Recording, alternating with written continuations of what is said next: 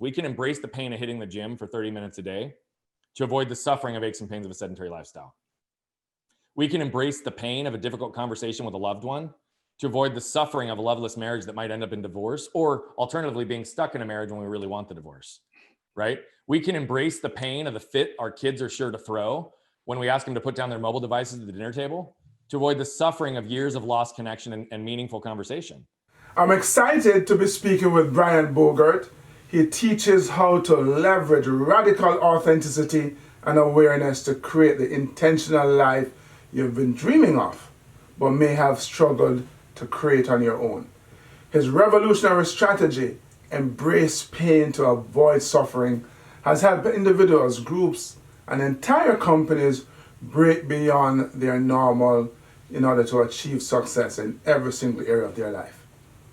I'm Devon Harris, of course. Welcome to Keep On Pushing TV, where we share ideas and insights that are going to challenge you and inspire you to keep on pushing and live your absolute best life. By the way, if you haven't done so yet, I invite you to subscribe to our channel and leave a like, leave a comment below because it helps us to grow the channel. And so we'd look forward to your help with that. Enjoy my conversation with Brian.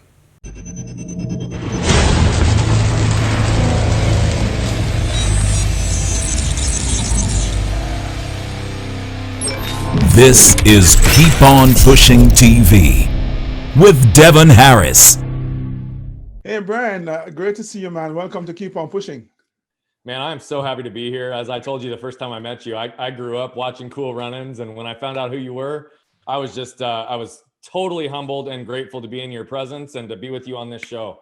Wow, thank you. Now, we're just talking about experiences and memories we had 30 years ago. Yeah. And how once upon a time we thought a 30-year-old man was old. No, dude, you're making me feel old, but it's, I'm going to forgive you just this once. Oh, but you're not old. Age is all a matter of perspective. And so that's it, right? I hear you, man. So I kind of want to start off this conversation, Brian, kind of jumping into some of your philosophies, attitude, right? So you believe that you shouldn't allow yourself to become stuck by what has happened to you, but to use that to kind of to be moved by it. Can you expound on that a little for us? Yeah, the only way to answer that question is I got to give a little context on my story and where that philosophy came from. So let's start there, and then we'll expand on that concept. Anybody who's watching or listening, I just want you to close your eyes for 1 second. I'll tell you when to reopen them. I want you to imagine walking out of a store after a successful shopping trip and walking to your car, turning your head, and seeing a truck barreling 40 miles an hour right at you with no time to react. Go ahead and open up your eyes. That's where this portion of my story begins. My mom, my brother, and I went to our local Walmart to get a 1-inch paintbrush. And as we were headed back to the car, I always had an excitement and vigor for life. I got to the car first. I had my hand on the handle. And this was back in the days when I had to wait for my mom to catch up to unlock the door because we didn't have key fobs. She had to actually put the key in the door, right? And so I'm standing there. And while this was happening, a truck pulls up in front of the store. And the driver and the middle passenger get out. And the passenger all the way to the right feels the truck moving backwards. So he did what any one of us would do, and he moved over to put his foot on the brake, but he instead hit the gas. Combination of shock and force threw him up onto the steering wheel, up onto the dashboard, and before you know it, he was catapulting 40 miles an hour across the parking lot right at us with no time to react. Now, we were parked in an end spot. He went up and over the median, went up over the tree in the median, hit our car, threw me to the ground, ran over me diagonally, tore my spleen, left a tire track scar on my stomach, and continued on to sever my left arm completely from my body. So there I am laying in the parking lot in a 115-degree day in Phoenix, Arizona. My mom and brother watched the entire thing happen. My arm is 10 feet away from me. And my guardian angel also saw the entire thing happen. You see, there was a nurse that walked out of the store right when that happened. And she saw the literal life and limb scenario that was in front of her, and she rushed immediately into action. She rushed over and put her hands on the wound and stopped the bleeding. And she instructed some innocent bystanders to run inside, grab a cooler, get my arm on ice within minutes. And had she not done one or both of those things, Devon, I either wouldn't be here with you today, or I'd be here with you today with a cleaned up stump.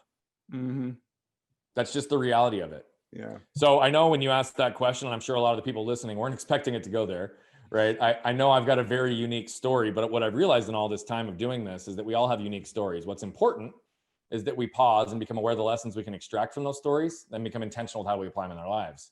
Yeah, One I of those agree. lessons was what you just referenced. Mm-hmm. I learned not to get stuck by what had happened to me, but instead get moved by what I could do with it.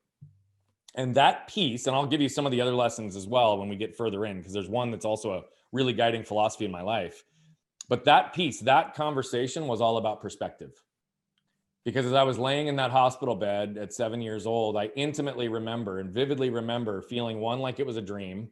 And when I moved through that a couple of days later, I started feeling sorry for myself. Why me? Why did this happen to me? The victim mentality. Like, why, why couldn't it, why, right? And all the families in the ICU started coming up to us and apologizing. We're so sorry this happened to you. We're so sorry. What can we do to help you? And then we come to find out that their kid laying in the ICU bed next to me doesn't know if they're going to live another month because of the terminal illness that they're battling. And so I get chills every time I say that. I literally got goosebumps as I said it, because the reality of it is outside of the initial threat to my life, and still not in that moment knowing whether or not I would have use of my arm, function of my arm, or if my arm would even remain attached to that moment. What was very clear to me was I had my life. And that perspective really fueled me, because over the course of the next 4 to 5 years, I started doing a lot of philanthropic work with all the time I spent in the hospital, and started working with some of these other young patients on philanthropic issues and how do we tell our stories effectively to help benefit the organization that helped us so much, and how do we help provide perspective, motivation, and direction into people's lives. And over the course of those 5 years, and then the following 5 after that, so within 10 years of me being in the hospital, I'd lost over 10 friends that I developed through the healthcare journey. I'd lost them because their lives became subject to the diseases that they had. And again, I still stood there knowing that my life was safe. And so it was very clear to me that, look, I need to be able to use what's happened to me, because it's a unique story, because of the gifts that I have, to be able to benefit other lives. And so that's where that philosophy came from. Is it's like, look, I'm not going to have the victim mentality. I'm going to have ownership and accountability in everything I do. And I'm going to make the choices to not get stuck by the things that have happened to me, but get moved by what I can do with them. And how do I learn and grow through those experiences?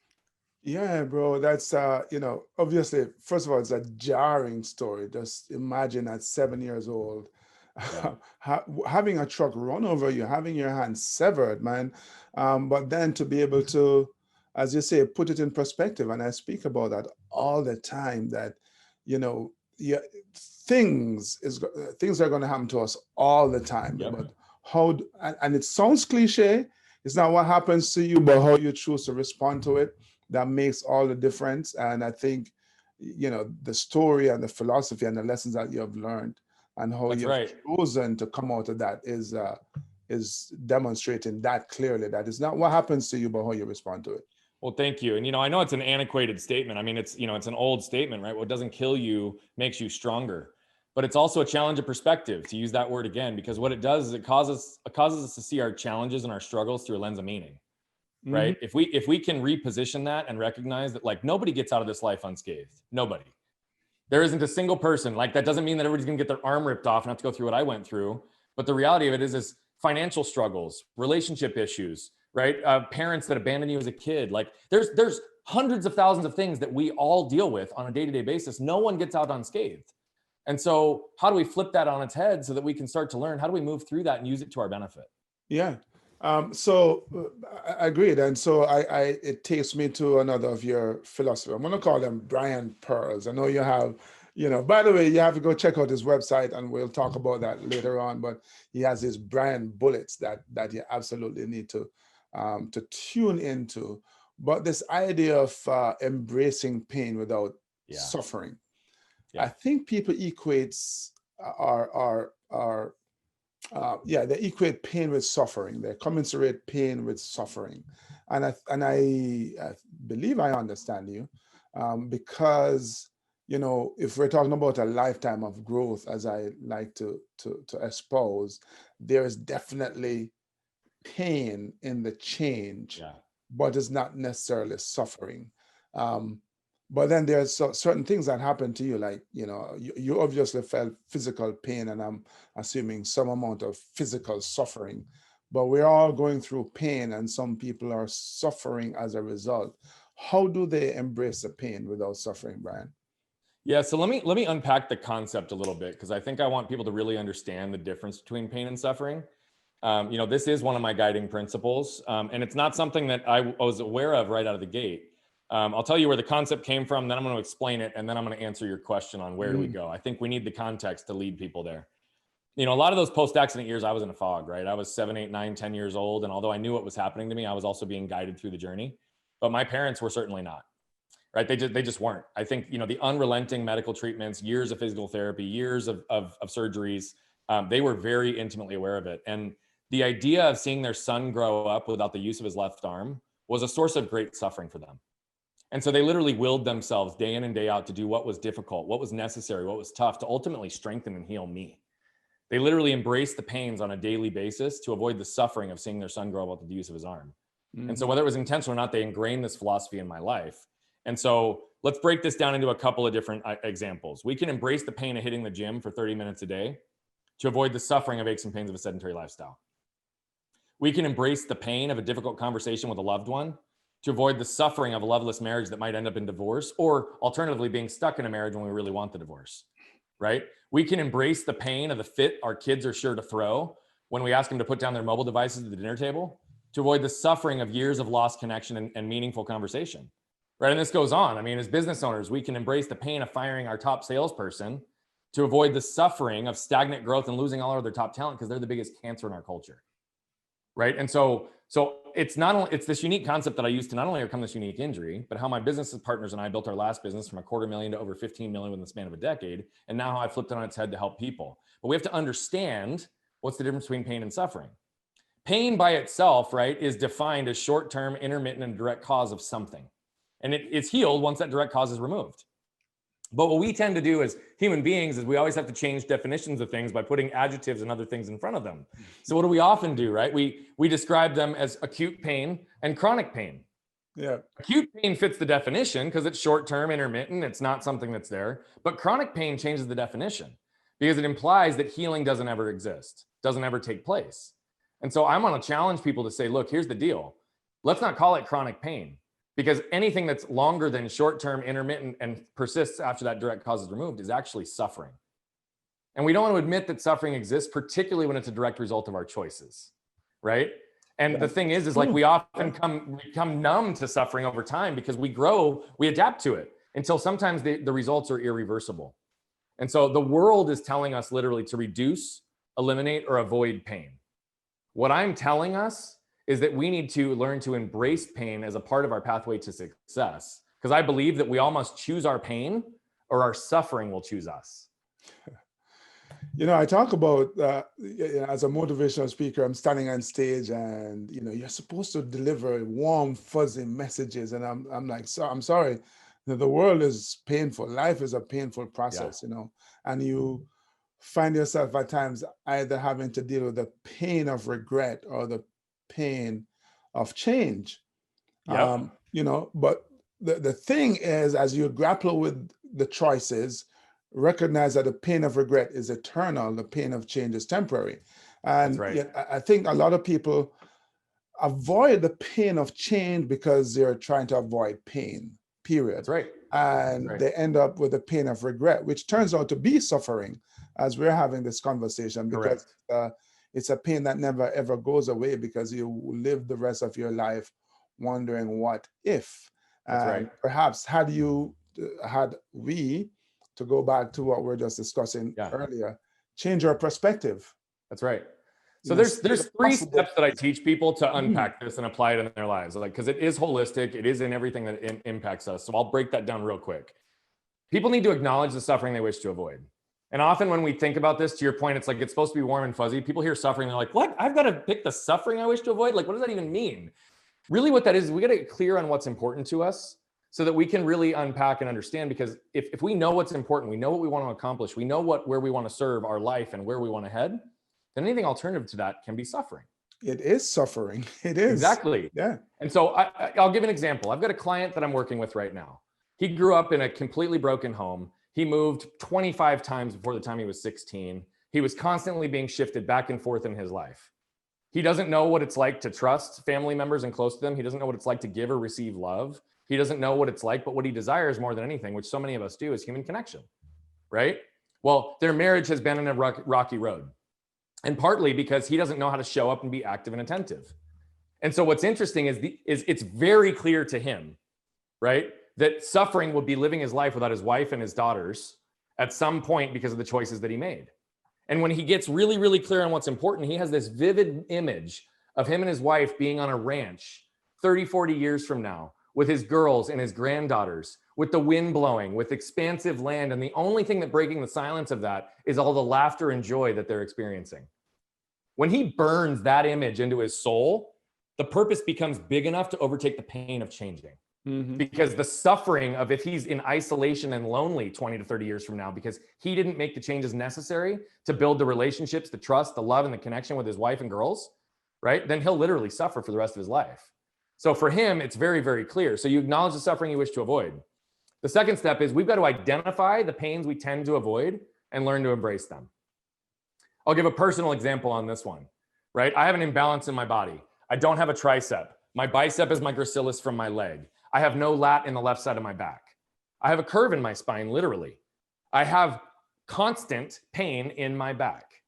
The older I got, it started to develop into debilitating pain, which was suffering.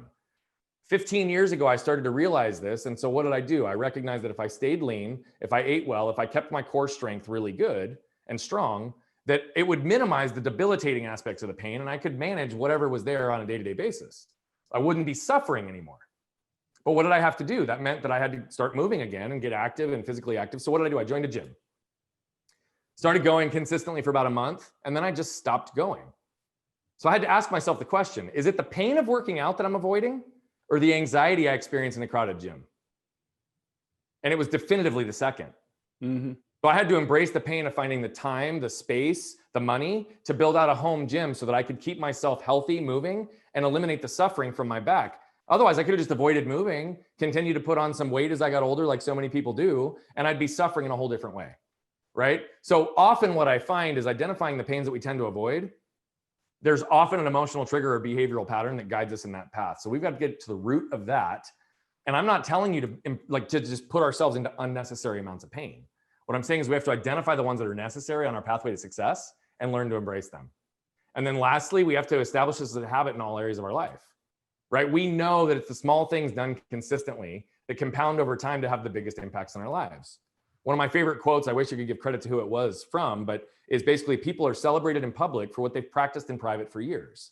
You know, but often when it requires change, what happens? What we know with experts in habit formation is there's an upfront energy tax. To change our patterns, our behaviors, our actions, it literally, we view it as a cost, as an expense. What I want to challenge people to do is to flip that around and instead of viewing it as a cost, view it as an investment in your future self. Because if we realize that change is actually going to be the catalyst and the necessary piece to actually have that compound effect to go where we want in our lives, then we can start to view it as an investment. And the more frequently we do it, the easier it becomes.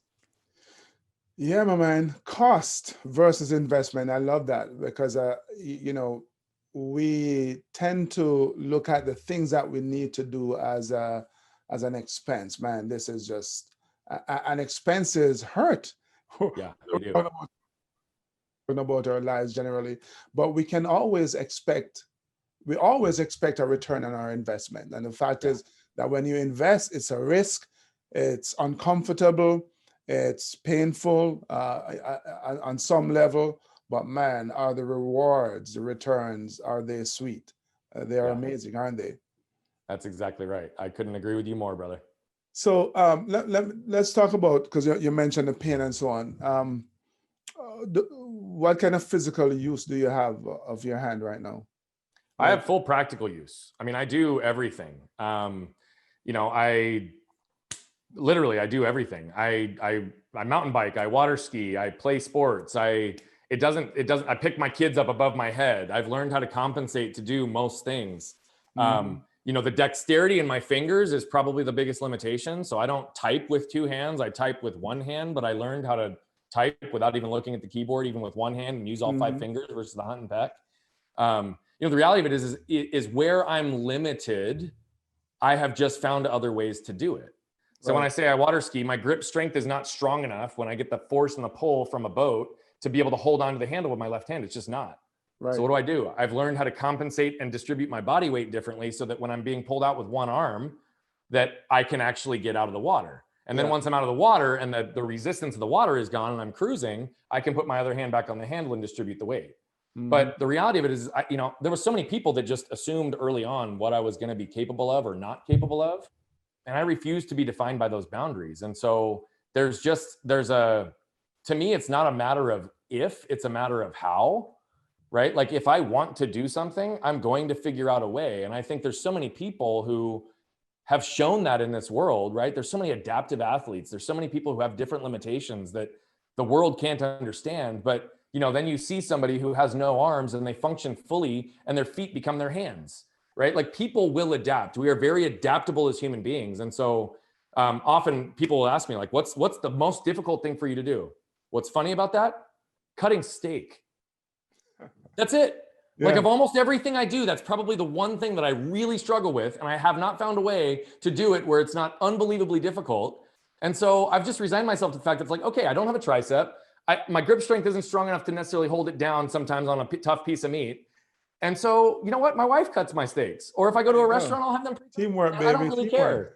But that's literally the one of the few things I can't do easily. Yeah. But as you're talking about, as you mentioned, the fact that you've learned to type with one hand without even looking at the keyboard, the word that came to my mind was adaptability, which you mentioned. And it's something that is, I think, important that we recognize that, hey, sometimes you'll go through, experience the most traumatic, have the most traumatic of experiences, not necessarily losing an arm, but whatever it is in life, but we can always adapt. Yeah. And the fact that you have adapted in the ways that you have, and you mentioned all these other athletes who have adapted, but people have adapted in multiple ways. As I spoke to my friend Alvin Law on this program. The dude was born without arms. Yeah. And the first time I saw him, we're in a restaurant, and he just scooted back, kicked his shoes off, put his feet up on the table, and started eating. That's exactly right. I mean, people, when there's a will, there's a way. Like, I know that sounds cliche, but it's the truth. Yeah. I mean, you understand adaptability, right? You grew up in a warm climate and as a sprinter, and you had to adapt to go to a cold climate and learn how to run on ice. Actually, I have to correct you. I grew up in a warm climate. I wasn't even, well, I guess I was a sprinter. I wasn't a fast sprinter. You see, when it's all relative, my man. It's all relative, because there was people faster than you, but still the point is, you had to. I mean, you had to adapt, right? Yes, I adapted. I wanted to win, so I ran middle distances. Like I adapted. Like, how do I get this gold medal? Oh yeah, just run around the track a couple of times and wait until the other little buggers get tired, and you win. That's right. That's right. But so as you've moved forward, Brian, one of the things that one of my favorite words is authenticity, and you teach radical authenticity. Talk to me about that. What does that mean? Yeah, so I think people hear authentic, and some people jump to this idea of like it's an unfiltered version of yourself, like you can just say or do whatever, uncalibrated, just like total rawness, and that's not what I'm promoting. What I do believe, though, when I look at radical authenticity, I think that when people really align clearly on who they are, where they want to head, the things that are most important to them, and they're super intentional with how they structure their life and who they are and the things they want to accomplish, then their actions become a demonstration of who they are to the world in one way, but they also have the ability to have joy, freedom, and fulfillment. I think it's interesting because so many people start out with what, right? What are the what's that we chase? What car, what house, what job, what amount of money, what spouse, what should I be? What does the world tell me I should be? What does the world tell me who I should be? Right? And when people start with the what and they chase the what, which, oh, by the way, I had done at periods in my life, right? They lose the who along the way. And what I find then is there's a whole lot of people who are successful at getting the what, but they've lost who they are on the path, and then they end up miserable. When on the inverse, if we start with the who, or if we've started with the what and we want to recalibrate to the who, and we get really clear on who that is, then the what becomes a manifestation of the who. And that's also when magic happens and perspective, motivation, and direction can enter into people's lives. Mm-hmm. And so I'm a big believer on, we've got to start with the core of who we are. I mean, think about it. When you meet somebody for the first time, what's one of the first questions they ask you? I mean, how are you? Who are you? What do you do? What do you do? Mm-hmm. How often are you in a meeting and one of the first 2 or 3 questions is, what do you do? Yeah. And even if you ask somebody, who are you? Tell me about yourself. 90% of the time they answer with what they do. What they do. Yeah. Right. And so like, we're so conditioned on this. And so I really want to go against that grain, because I really believe if we get back to the who, the core of the who, the interest level and who people are, that's where we start to connect as human beings. And that's when magic starts to happen.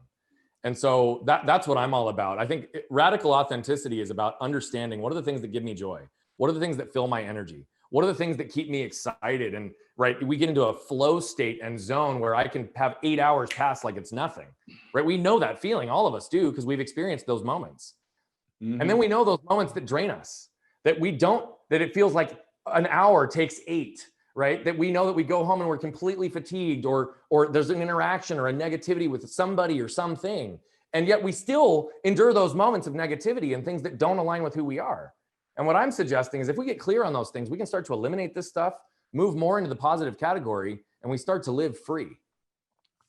Yeah, so I so agree with you, because I think all of us start out with the what, because we think it's going to make us happy. It's going to bring us joy and fulfillment, right? But I think that the process is growth. Again, embracing that change, recognizing that, the what that we're chasing, the fulfillment that it brings, the joy and the contentment is fleeting. And so therefore, what do I need to do? Because I don't really feel like I'm living up to my full potential. You need to do the hard work. I call it some of the hardest work and any of us have to become introspective, which is what you're talking about. That's exactly right. How you connect with the who. That's exactly right. The reality of it is when we're born, right? I've got 2 kids, and it's really apparent. You see this in kids, like they're born with the brightest light shining right out of the gate. They are born, and in their first few years, like you see that authentic self, right? That light burns. And then what do we do as parents, as society, as teachers, as coaches, as like employers, as all these things? We start funneling people down this little downward trajectory in this funnel on what the world is going to accept. Yeah. Mm-hmm. Right? We start putting layers on who they need to be. Like, you should do this, you shouldn't do that, you should do this, you shouldn't do that. Nope, that's not how we show up in the world. Nope, that's not appropriate. Nope, that doesn't fit the gender roles. Nope, that doesn't, literally, right? We start funneling people down, and then people become just a glimmer of the light that they were when they were born. Yeah. And so part of the work that I do is I've realized that like finding who you are isn't about inventing a new person. It's about shedding the layers of the shoulds the world has placed on us and getting back to that core light of who we actually are. And when we do that, right, we know and we feel free. There's a guy I was talking to. He loves to write. He loves to create music. He was told by his parents as a kid, like, that's not a way to live your life. They wouldn't let him do it. They wouldn't let him turn into it. So then he started going down a completely different path on things that weren't aligning with him, getting himself into groups and kids and things that he wasn't aligned with. Ended up getting arrested, spending 10 years in jail because he had a cocaine problem. And it wasn't well into his 50s that he started to tap back into music and writing again. And he got this joy and enlightenment and freedom back into his life that had been denied from him for 40 years. It had been ripped away from him for 40 years because his parents didn't see that path. Yeah. And right. But that's who he was. The challenge, I think, for all of us is to remain connected with that child inside of us. Because you're right. We, as children, we are filled with so much joy and there's so much promise in the world, man. And we feel like we can accomplish anything until people start telling us that we can't. Yeah. So you're right. We come out of the womb almost like feeling invincible and feeling that the world is our oyster. And then we start to take on the conditioning. And so what would you say is perhaps the most difficult things, or some of the most difficult things that you have people think about or do in order to reconnect with that child inside of them? Yeah. So, I always start with guiding in my one-to-one clients, especially. We can go a lot deeper in this work, but, we really take them on a deep intrinsic journey. And we have to understand what are the behavioral patterns and emotional triggers that have taken place throughout their life. Like, what is the conditioning? I love that you said that word because I use that word often. We are literally conditioned by the environments around us, right? I referenced the client earlier in this avoid suffering piece. Well, guess what? He is who he is today because of the conditioning, because of his experiences. So we have to then get to, okay, how did those experiences shape you, right? What have they done to prevent you from living more freely, right? And literally, he has operated from a position of lacking self-worth. He's got some shame elements that kind of get connected into there. And so what's keeping him stuck is he has an inability to be vulnerable because he learned that he needs to have a crusty exterior to protect himself from those closest to him, the ones that he loves the most, because those are the ones that cause the most pain in his world. So how does that translate into his marriage and with his kids? And so when I take people on these paths, often we're unpacking deep-rooted emotional triggers and behavioral patterns that we have to move into a level of conscious awareness. Because once we're aware of it, when we start to identify the feeling and the emotion that connects with it, getting people out of just their heads, but back into their bodies and connecting both of these things to realize that we have emotional and intellectual narratives and we have to regulate between the two. What that then allows us to do is start to move through those moments when we pause to say, look, it's within my control to choose a different path here. But until we bring it into conscious awareness, it's going to feel like we're a victim and like it's fate and life is happening to us, right? And so that's why I always start with a level of awareness before we can be intentional, because our minds process 11 million bits of information per second, but we're only consciously aware of about 40. So think about that. What that means is we're actually largely led by the unconscious. Yep. And so until we go through some systematic approach of moving the unconscious to the conscious, the unaware to the aware, it's going to feel like it's fate and we're a victim. And we're going to be stuck by our circumstances versus turn into the change and choices and embracing the pain that's going to help us move through it. So those are, I mean, that's a very common thing. And there's emotional triggers that there's a number of them that I see very frequently, but often that's what keeps people stuck in those self-defeating patterns. Yeah. You know, you mentioned earlier, Brian, that you felt a certain amount of anxiety when you went to the gym. And I'm guessing it's because of your left arm. Yeah. How do you feel as you were operating in the world, you know, between 7 and 35, you know, how, or maybe earlier, how were you always super conscious of the fact that you had an injured arm? There was no way for me not to be. Yes, I've always been extremely conscious of it.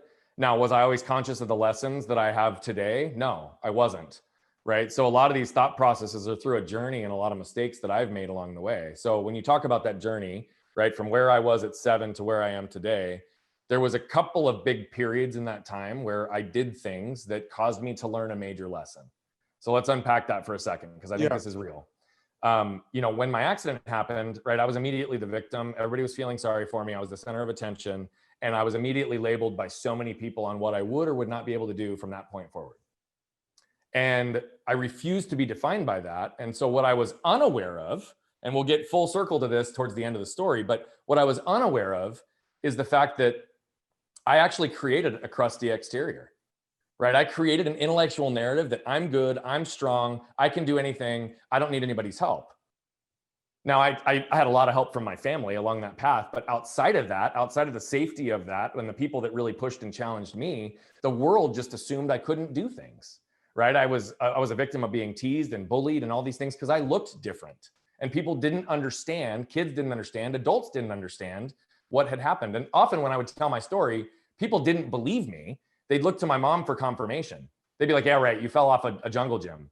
Because I'd have my arm in a sling for the first couple of years. And no, she'd be like, no, he's not lying. Like, he actually was run over by a truck and his arm was severed, right? Yeah. So like, I constantly even had to validate and prove the truth behind what was happening. And so what did I do? I created this intellectual narrative. And it served me well, because I do believe that mental toughness and, you know, mental adversity and what we set our minds to is extremely important. I used to think it was the only variable.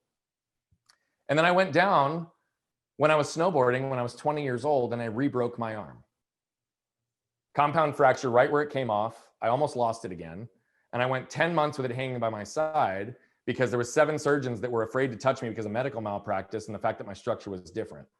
They tried multiple different procedures to fix it, but I literally went 10 months with a broken arm dangling by my side with the risk of that bone clipping a vein, a nerve at any moment in those 10 months. And I got extremely depressed. But what I also realized is the world bought into my narrative. When I needed people the most, Nobody was there. And it's not because they didn't like me, they didn't want to help me, they didn't want to give love and support. It's because Brian's good, Brian's strong, Brian can do anything, Brian doesn't need our help. And when I'm in one of the most vulnerable periods of my life, I didn't have the courage to ask for it. And so that whole next period of my life shifted around human connection, vulnerability, authenticity, really starting to like figure out, okay, if I've built up this crusty exterior, I have lots of relationships, but I don't have any deep connection in these relationships because I never allowed it because of this crusty exterior, right? So now when I'm in this vulnerable period, I recognize and learn and I turn into that. And I got really good then in that first period of my life of honing my emotional intelligence, reading people, reading situations, diverting attention from me. In this next period of my life, I was able to use that then to be able to read people and start to dive deeper to get them to be vulnerable and demonstrate some vulnerability on my side and focus on that human connection. Fast forward a little further, I had some other health stuff that impacted me a few years back. Got it figured out. I won't bore you guys with the details on this, but it took me a few years to figure out. And I was really challenged. I had brain fog and a lot of fatigue. And, you know, probably spending just a few minutes with me, you can probably tell I identify deeply with my intellect and my energy as part of who I am, right? It's just, and this is how I came out of the womb, is like with this type of energy. And so when those things are sacrificed, I had to go on another intrinsic journey. What it also started to do was it started to bring feeling and emotion back into my world in a way that I didn't experience. And I had this moment, you know, my wife said for this whole time, like, you don't feel anything. Like, and I'd be like, no, I do. I feel deeply, right? Because from my perspective, I did. But then I'm playing with my daughter a few years back and we were just having a blast and laughing and having a fun time. And then we lay on the couch to watch a movie afterwards. She wraps her arm around my neck, leans over to give me a kiss on the cheek. And she just says, "Daddy, I love you." And I broke down in tears. Now, I think it's one of the most strengthening, powerful things a man can do is to cry, but I've never expressed emotion that way. Yeah. And I'm now in this position crying out of joy. But what that made me realize is if I'm experiencing joy in this purity in a way that I haven't in my life, then what am I not experiencing on the bottom end of the emotions and everything in between? So I started to unpack emotions. And what I came full circle with is human connection, which I had mastered in that prior period of my life. But from a tactical perspective, human connection without emotion isn't really human connection. Yeah. It changed the way I thought. It changed You the way I just find felt. a way to go through the process of Yeah. And I learned at that moment, right? In that next period of time, it's like, look, the power of the mind is very important, but getting ourselves into our body and paying attention to our gut and our heart and really paying attention to the narratives that are created by those is also important. And I now believe, and I've seen it, those that reach the highest levels of performance in this world, I don't care what industry, what field, anything, are the ones that deeply understand the mind-body connection and how to regulate between those two narratives. And so, you know, and there's a whole lot in that process, in those journeys where I screwed up things and I became somebody that I wasn't, and I did things to fit into a crowd or whatever. Like, I've made tons of mistakes, which has allowed me to learn from these things. But one of the things I committed to myself early is I'm not going to make the same mistake more than once or twice. And I need to learn from each one of those situations so I can grow. And that's where I'm at today. Yeah, so you and your partners, you built a company from $250,000 to $15 million. Talk to us about that. Unpack that for us. Not so much the business strategies, but the mindset. As you started to understand that, I'm guessing you started to understand Brian a little bit, but perhaps you're chasing more of the what as opposed to connecting with more of the who. I was absolutely chasing the what. Yeah, I was absolutely chasing the what. You know, I came out of college bright-eyed and bushy-tailed, and you know, if you'd asked me then, I was gonna take over the world, right? And having no perspective of what that meant to climb the corporate ladder, and you know, spent 5 years with one entity, and then I had an opportunity to come build this business. I didn't know what I didn't know. I learned a whole lot along the way. The mindset though was, early on in my career, I felt I had to prove my worth, my smarts, my ability, right? Particularly when I was dealing with people that were 2 to 3 times my age in some cases when we started building this company. And when you chase the what, right? Like, you have to fit an image, you have to fit a role, you have to do certain things a certain way so that you can show up in a room and do things. And so I evolved a whole lot of myself in those first couple of years to adapt so that I could make a lot of money, right? And oh, by the way, I'm going to be very, very clear here. I have zero vilification on making a lot of money. In fact, I still have, a desire for people to grow personally, professionally, and financially, because money does give you freedom in lots of ways. But I think it's very clear to understand, why am I trying to generate a lot of money? For me, it was for the wrong reasons in the beginning. It was really to prove that I could. That crusty exterior that I built, right? I still was carrying some of that with me, where I had to not only prove to the world, but prove to myself that I could do something big, right? And so we had to really kind of unpack that. But then, we had business partners that ended up joining us. One joined about a year after I did, and then 2 more joined probably 2 years after that. We had to learn and adapt to, how do we leverage each other? How do we joint venture on things? And then how do we collectively lead a group of people? Because when I started, there was 2 of us. When I ended, there was over 60 of us. If we had done the same things we did in the first couple of years, towards the last couple of years, we wouldn't have been growing at the rate that we were. We had to adapt and evolve. And one of the big things for me, right, and I think this is true as any business owner or leader, I think sometimes we have a false sense of how important we actually are, right? Like, because we're in that role. And because so we have often, a role to play, and we all of us have this crusty exterior, as you mentioned. Yeah. And so it's like, when you have this false sense of how important we are, we show up, and if you're in a business trying to grow a business, what do you think? I'm the most important person in a relationship with a prospect or a client. Well, that's one of the biggest things that also crushes and limits growth, is when that's how leaders view themselves. I viewed myself that way in the beginning, and I had to evolve and realize, like, look, there's a certain category of things that only I can do. There's a certain category of things that other people can do. And, oh, by the way, other people can do often better than I can. Right? And then there's a lot of stuff that we do because we think we need to, that doesn't even need to be done. And so that was one of the applications that I started to learn early, is, how do I get leverage and scale? How do we as a group get leverage and scale? And so I literally started asking those questions. What are things that only I can do? What are things that other people can do or do better than me? And what are the things that don't even need to be done? And when I started to realize that, look, I was really good at establishing and opening doors and building relationships. And I was very good at the accountability of those relationships for problem solving, resolution, those types of things. But when we look at, how do we empower people to feel like they've got autonomy in what they do, so that they want to show up every day and run through walls for you and the business to grow it, right? They don't want somebody that's got a thumb on top of them, pressuring them down and telling them how to do what they do. Because again, we hire people typically for who they are and the skill sets they bring, not to become lemmings and do the way that we want. Exactly. So I learned, right, that was one of the mindset shifts I had to make. The faster I could downplay my role to prospective clients and insert one of our top leaders that would actually be the day-to-day folks running the team, strategy, thought process, implementation, the faster I did that, the more successful those clients were in terms of attraction and retention perspective. Fact, right? The longer I stayed involved, the more issues there were, and the less ability I had to go grow the business, which is what allowed us to provide opportunities for people to grow personally, professionally, and financially. So I had to get really, really clear on what my role was at different points in the trajectory, and how my role needed to evolve so that I could be the effective leader to allow us to actually get there. And our partners and we all had to challenge each other to do the same thing, because there was 4 of us primarily that built this thing. And we all had to keep each other accountable on, hey, are you 2 in the weeds? Are you doing the types of things you should be doing? Are we empowering and elevating our team so they can be free? That was the mindset. It's like, how do you bring people in and focus on the human element in business? And when that starts to happen, magic happens. Yeah, man, I think we could actually have an entire episode on just what you just spoke about, because I think it's important that people realize that they may be in a leadership role, but they don't have to do everything. They shouldn't be doing everything. That's right. When you try to do that, you are stifling the growth of others. Exactly right. The growth of your business, because you have to.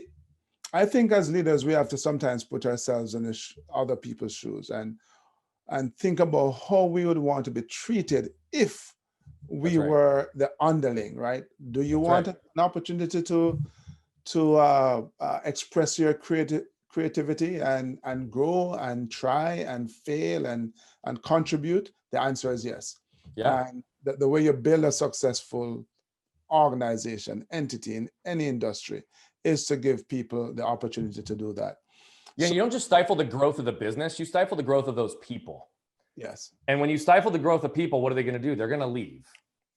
And if you're constantly recycling your people, then you absolutely stifle your business. And so It's like a never-ending cycle, and that's something that you have to pay attention to. It's also what credit do we take as the leaders?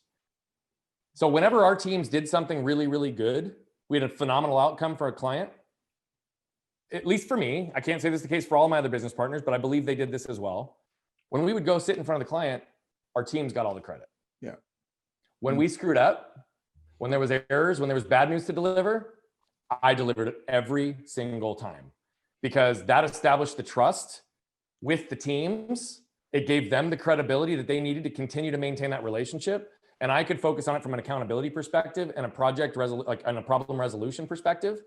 But then it doesn't diminish who they are. And oh, by the way, a lot of times if there was mistakes, I had nothing to do with it. But it is ultimately my responsibility as the leader to fall on the sword, because everything below me is my responsibility. Yeah. But Brian, that's the challenge, I think, for a lot of people who shy away from leadership position, right? That awesome responsibility, the one that says the team gets the credit and you accept the blame. Because I guess maybe ego gets in the way and everybody wants to look good and smell good and shine. And the team did well, but guess what? I was a leader. The team screwed up and I didn't have anything to do with it. I'm going to have to bust your balls, kind of thing, right?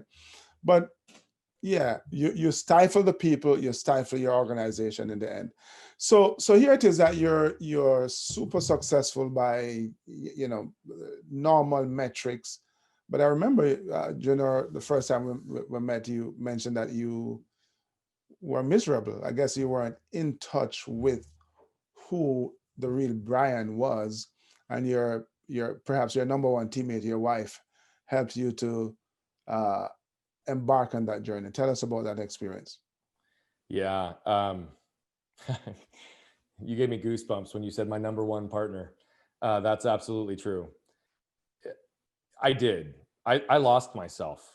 I did chase the what. And, I've had my human behavior, performance, and speaking business for 5.5 years.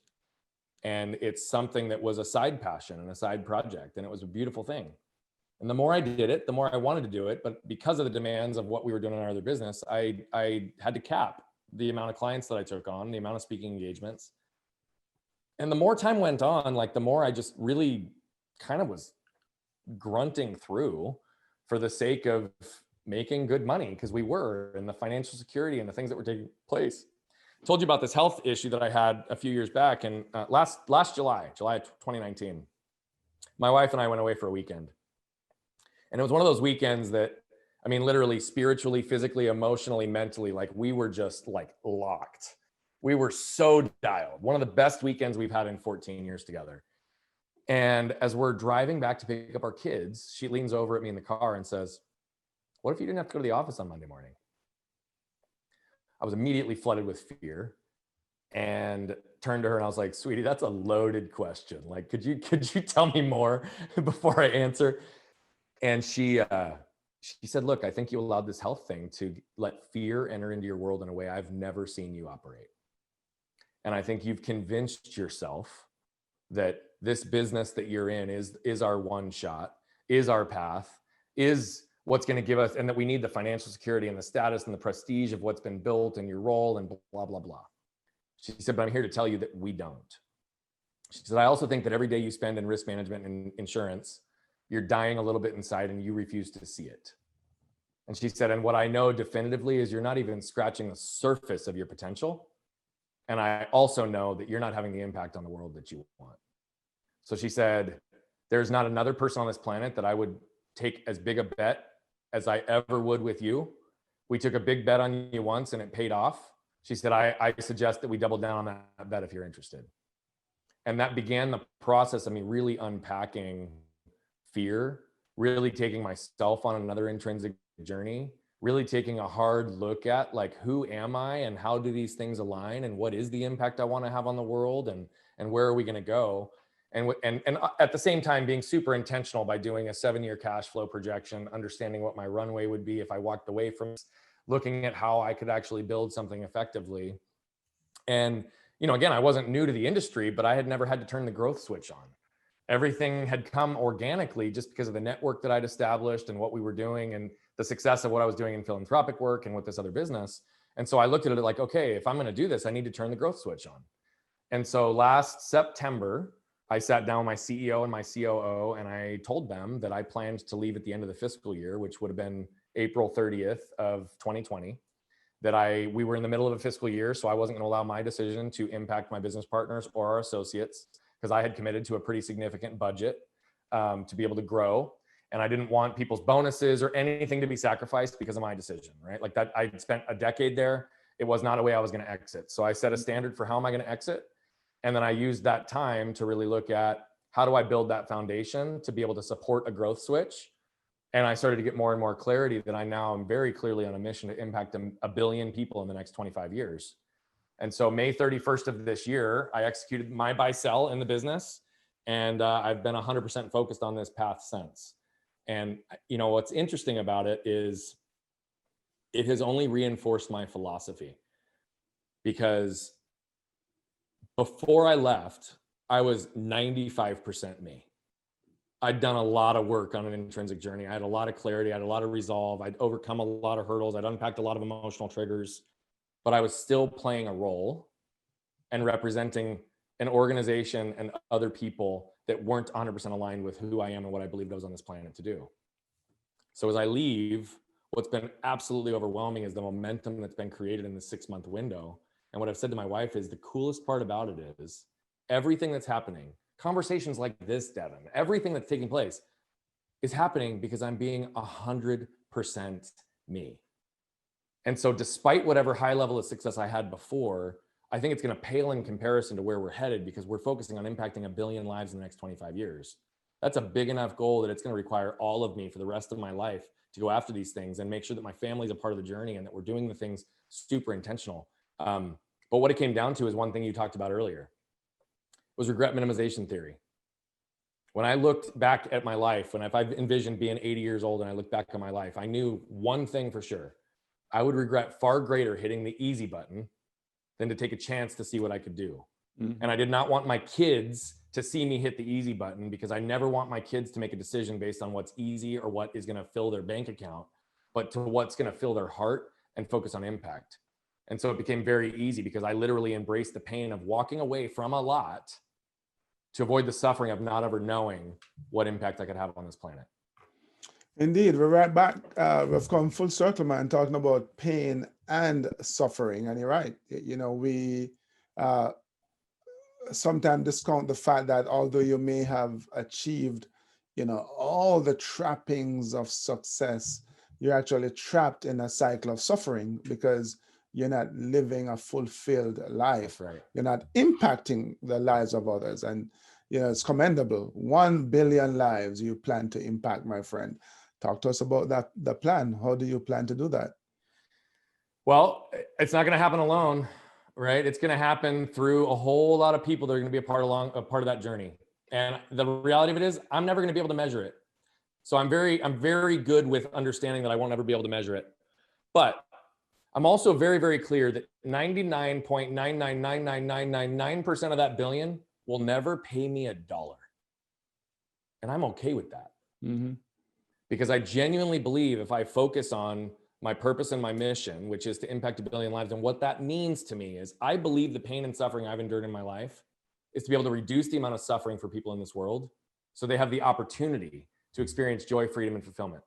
I don't think joy, freedom, and fulfillment can coexist alongside suffering. They just can't.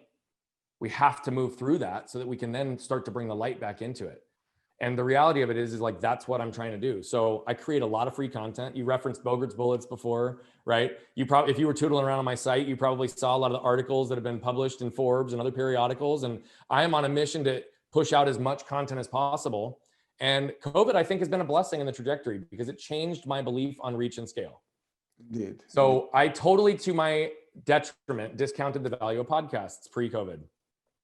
And I've quadrupled down on that strategy. And in the last 5 months, I've been on close to 100 podcasts because I have the ability to reach people that I would otherwise never reach through audiences that have a shared similar message, to work with amazing, incredibly inspiring people like you to focus on collective impact.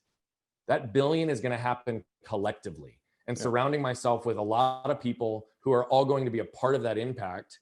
And if you hear one thing I say that you repeat to anybody, you and whoever you repeat it to is a part of that billion. So it's going to take a lot of help, a lot of support, But I truly believe like the world is in a place where we need it, because there's a lot of suffering taking place right now. And if we can reduce that and bring joy back into the world, we're going to focus back on human connection and do things together, which is what we've lost in a lot of ways. Indeed. So, my friend, it's not about what happens to you and allowing yourself to become stuck by it, but making sure that you're moved by it, right? Connecting with a radical authenticity. That's right. Embracing pain without suffering. You teach that, you coach people in that. If someone wanted to benefit one-on-one from that wisdom, how would they find you? So if they wanted to benefit one-to-one, you can email me at brian@brianbogert.com. If you want to check out more of what's on the site and other opportunities, go to brianbogert.com.